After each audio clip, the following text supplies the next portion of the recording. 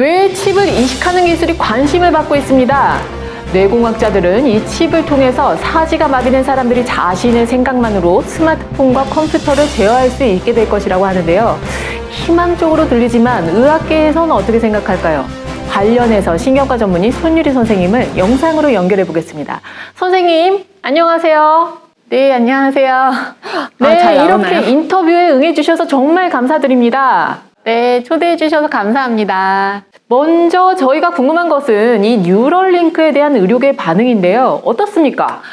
일론 머스크가 뉴럴링크라는 회사를 세우고 사람의 뇌를 컴퓨터와 연결하겠다. 그래서 AI에 대항하겠다 했을 때 그때 저는 어떻게 생각했냐면요. 저분 너무 영화 많이 본 거 아니야? 이렇게 느꼈거든요. 근데 과학자들이 예측했던 것보다 임상시험이 너무 빨리 진행되고 있어서 이제 의사들도 긍정적으로 평가하고 있어요. 근데 아직은 연구 시작 단계고요. 물론 위험도 있지만 향후 이게 몇 년 안에 의학적으로 장애가 있어서 기술이 꼭 필요한 사람들이 있잖아요. 이런 사람들에게는 아마 희망이 되지 않을까 생각합니다. 그렇군요. 그렇다면 의학적으로 뉴럴링크가 어떻게 뇌에 작동하는지에 대해서 말씀 부탁드려도 될까요? 네. 설명하자면 좀 긴데요. 일단 사람이 세상과 소통하는 중요한 기관은 뇌죠, 뇌. 오감을 뇌에서 분석하고 뇌의 명령으로 팔다리를 움직이면서 우리가 활동하잖아요. 이런 모든 뇌의 활동들이 뉴런이라는 신경세포에서 나오는 정기적인 신호예요. 뇌파가 나오는데 이 뇌파 신호를 머리카락보다 얇은 뇌에 연결된 전선하고 칩에서 통합을 해서 이걸 컴퓨터에 연결을 하고 이를 컴퓨터에서 신호로 변환해서 의사소통을 하거나 물체를 움직이는 행위를 하게 됩니다. 예를 들어서 제가 오른쪽으로 마우스를 움직인다라는 생각을 했다고 가정을 해볼게요. 그러면 이 해당되는 운동신경세포의 신호가 발생이 되거든요. 이 신호를 컴퓨터에서 변환해서 작동을 하게끔 만드는 거고요. 이를 통해서 게임을 한다거나 다른 작업을 할 수 있도록 작동을 하는 거죠. 뉴럴링크에서 이제 두 번째 참가자가 이미 뇌수술하고 나서 게임도 하고 있다고 하는데요. 게임뿐만 아니라 3D 물체 설계하는 방법도 배우고 있다고 합니다. 벌써요? 그렇군요. 그렇다면 이 뉴럴링크의 잠재적인 위험성은 없을까요? 당연히 있습니다. 가장 먼저 수술로 인한 합병증을 생각할 수 있겠죠. 뉴럴링크가 자랑하는 것 중에 하나가 바로 이 로봇 수술이거든요. 로봇 수술이 뭐냐? 정확도가 100%죠. 거의. 오류가 거의 없죠. 그런데 기본적으로 두개골 열어서 시행되는 수술이니까 감염 생각할 수 있고요. 출혈, 이런 기본적인 부작용을 생각할 수 있을 것 같고요. 뇌 이식 칩이 계속 이렇게 뇌 안에 있으면서 발생하는 다른 문제는 없냐는 거죠. 최근에 전기차 불나는 사고도 많이 있잖아요. 근데 칩도 충전을 해야 되거든요. 이 사용 기간 동안 충전하면서 아니면 다른 문제는 없냐는 거죠. 예를 들어서 이게 계속 실이 왔다 갔다 할 수도 있고 여기서 충전되다가 오류도 날 수도 있고 손상될 가능성은 없는지 한번 생각을 해봐야 됩니다.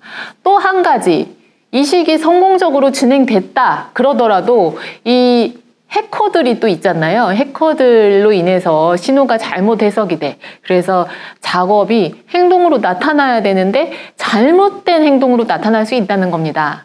그래서 수술했는데 제대로 작동이 안 되거나 아니면 엉뚱하게 시행되는 문제들은 앞으로 많이 해결해야 될 것으로 보입니다. 그렇다면 혹시 이 뉴럴링크가 위험보다 이익이 더 크다고 말할 수 있을까요? 또 한 가지는 추후에 이 내 뇌 기능이 마음에 안 들었다 치면 이 칩을 통해서 업그레이드 시키거나 지능을 높일 수도 있는 겁니까? 예를 들면 칩으로 영어를 뇌에 입력시키면 우리가 영어 공부를 따로 할 필요도 없잖아요. 연결된 잭으로 쓰면 되는 거고요. 그건 아직 너무 웃기는 얘기죠. 앞으로 더 연구를 하긴 해야 되는데요.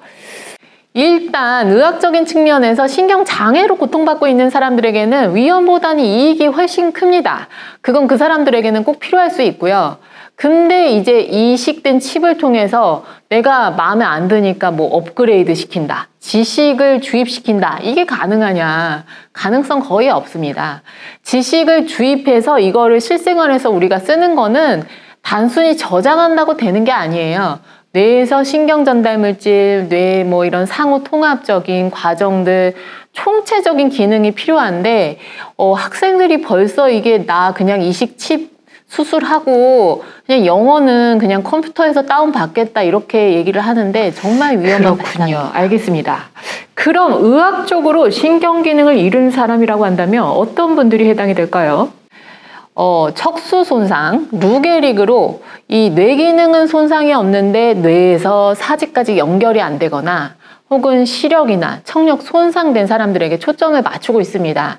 현재까지 이 뇌 관련 인터페이스를 연구하는 다른 기업들이 언어를 잃은 사람들이 주요 대상이었다는 점에서 조금 다르다라고 할 수가 있겠습니다. 자, 그렇다면 뉴럴링크가 실제 의료계에 적용되기까지는 어느 정도 시간이 소요된다 보십니까?